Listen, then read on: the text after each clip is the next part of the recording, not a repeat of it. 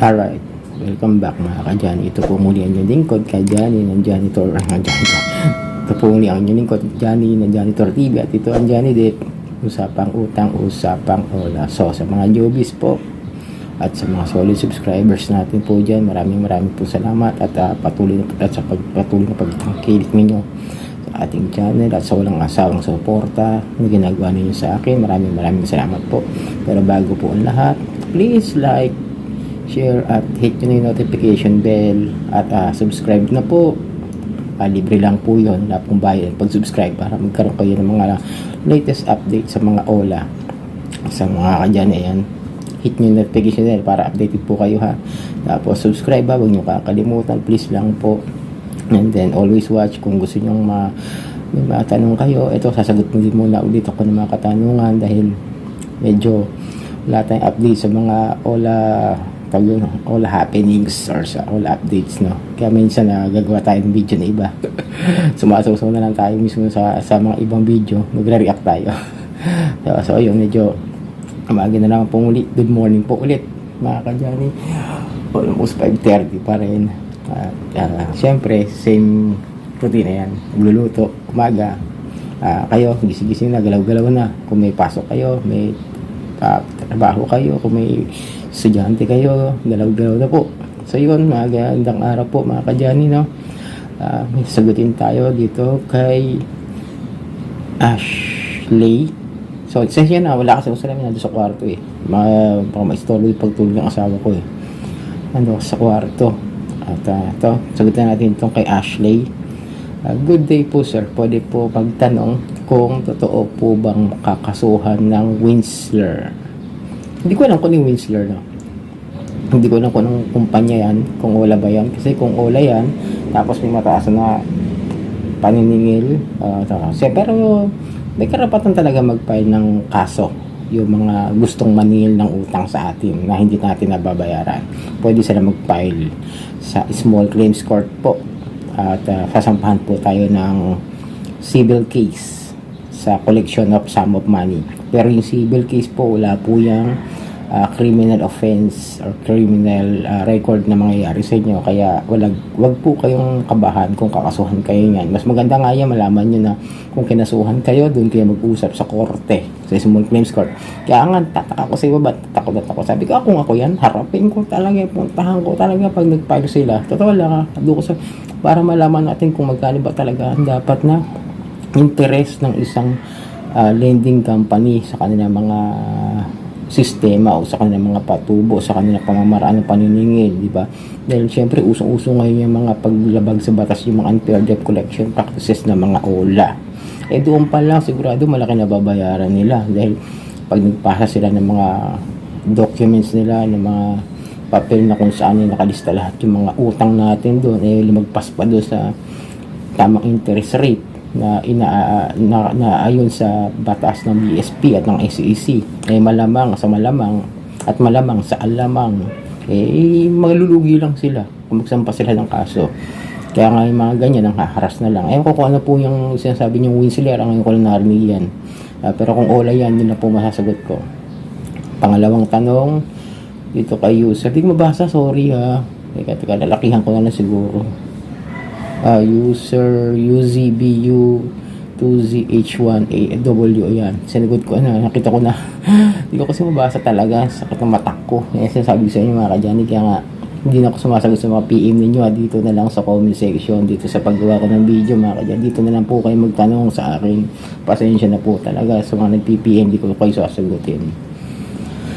Idol, good afternoon. Tanong ko po sa inyo, pinuntahan po agent company ko, ano dapat gawin ko? Yun, problema, pinuntahan ka sa company mo. Tanong, salamat nga pala kay Boss Rai sa tanong ko na to.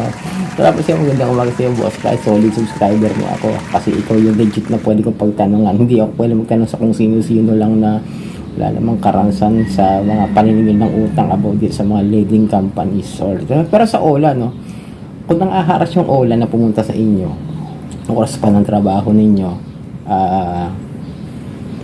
may paglabag po sila roon. Kagaya na sinabi ni Boss Ryder sa tanong ko, sinagot niya, as long as hindi kayo hinaharas ng mga OLA agent at hindi kayo sa oras ng trabaho pinupuntahan at ginugulo naman at pinapahiya, wala naman pong problema ro, legal po ang pagpunta nila kung sa yung pwede pong pumunta. Pero kung sa legality, sabi nga kung wala namang ginagawang unfair debt collection practices yung mga agent na yan doon sa oras ng pagpunta sa inyo sa trabaho, pero kung yung pagpunta ng agent ginulo po yung oras ng trabaho ninyo, oras ng trabaho, pinatawag po kayo, pinapunta po kayo sa opisina o kaya sa labas ng gate kung saan kayo kakausapin ng agent, bawal po iyan. Kaya nga may oras po ang mga collector agent. Kaya may mga oras yan ng alas 6 ng umaga at hanggang alas 10. Yun po ang alam ko sa oras nila. At sinugot naman po yan ni Boss Rai. Shoutout. Supportahan din nyo yung channel na yun ni Boss Rai. Maraming kayong matututunan doon. Bukod doon sa akin na may share ko sa inyo bilang OLA victim at siya naman bilang isang collector agent. Pero huwag nyo aawain si Boss Rai. Mabait yan. Solid yan.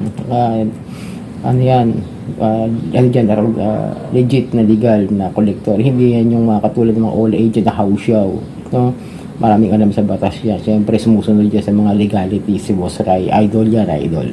So yun, masasabi ko sa inyo, kung hinaras po kayo sa oras sa trabaho, pwede nyo pong sampahan ng kaso yan, yung agent na yan at yung company na pumunta. Tanongin nyo kung anong agent, kung anong OLA sila, kung ginugulo yung oras ng trabaho ninyo, tapos pinapahiya kayo doon sa company nyo, pwede nyo sa panang kaso yan.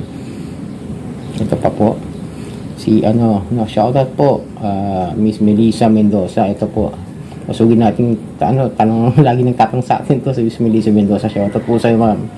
Good day po, Sir Johnny. May natanggap ako sa akin Gmail na yung account ko sa OLA ibibigay na daw nila sa third party collection, which AMG daw. Anong dapat gawin, sir? I-endorse na yung account ko. Kahit naman i-endorse yan Ma'am Melissa, no? Kahit i-endorse siya sa third party collection, kung sino naman ang ginagawang harassment sa inyo, tinatakot kayo, pinagbabantaan kayo, at kung ano-ano, same din naman niya sa ginagawa ng OLA. Kaya nga, kasama yan sa mga pwedeng kasuhan once na nang haras sila. Tandaan nyo, once namang haras yan, kahit nasabihin yung third party collection yan, pinuntahan kayo sa bahay nyo, hinaras kayo, ginulo kayo. Pero kung issue ninyo, kung kinakabahan kayo, kung pupuntahan kayo, depende yan sa AMG. Alam ko dito lang yan NCR lang to or Bulacan.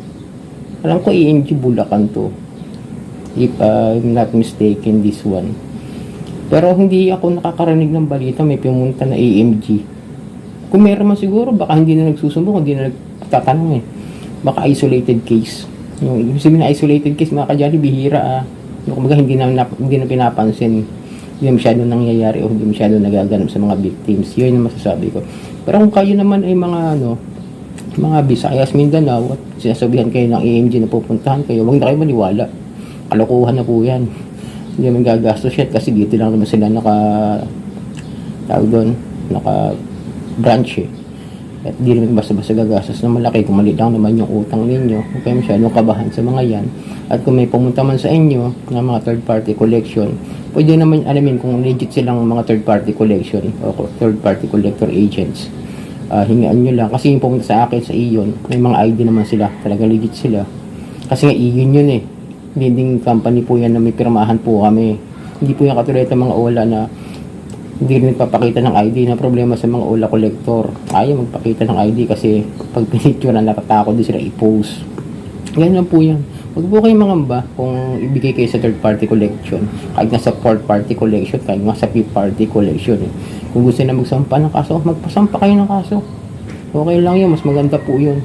Maganda nakatindi yung mukha ko, yung kapal ng mukha. Pero ito po yun, mas maganda po sa legalities po tayo magharap-harap po sa kasakaling sambahan tayo ng kaso. Pero yun mga kadyan, yung muna sinagot ko lang yung mga tanong ninyo. Ito po ang inyong lingkod, Johnny ng Janitor TV at ito ang Johnny Depp. Usapang utang, usapang wala.